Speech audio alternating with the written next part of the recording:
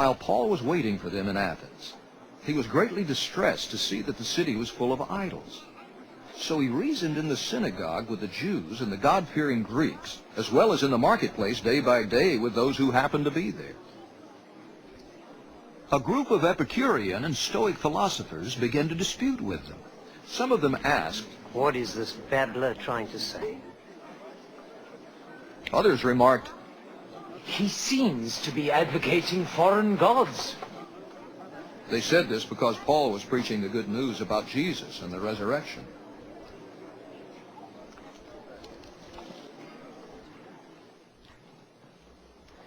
Then they took him and brought him to a meeting of the Areopagus, where they said to him, "May we know what this new teaching is that you are presenting?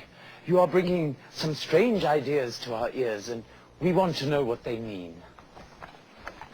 All the Athenians and the foreigners who lived there spent their time doing nothing but talking about and listening to the latest ideas.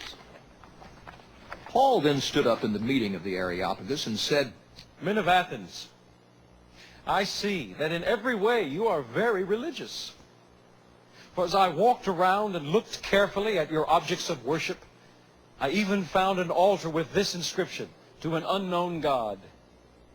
Now, what you worship as something unknown, I am going to proclaim to you.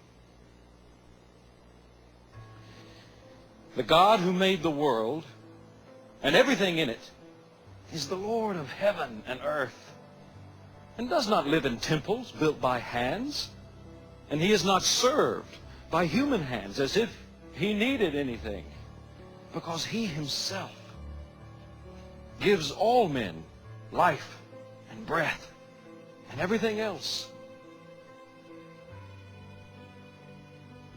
From one man he made every nation of men, that they should inhabit the whole earth. And he determined the time set for them and the exact places where they should live. God did this so that men would seek him and perhaps reach out for him and find him, though he is not far from each one of us. For in him we live and move and have our being. As some of your own poets have said, we are his offsprings. Therefore, since we are God's offspring, we should not think that the divine being is like gold or silver or stone, an image made by man's design and skill. In the past, God overlooked such ignorance. But now, he commands all people everywhere to repent.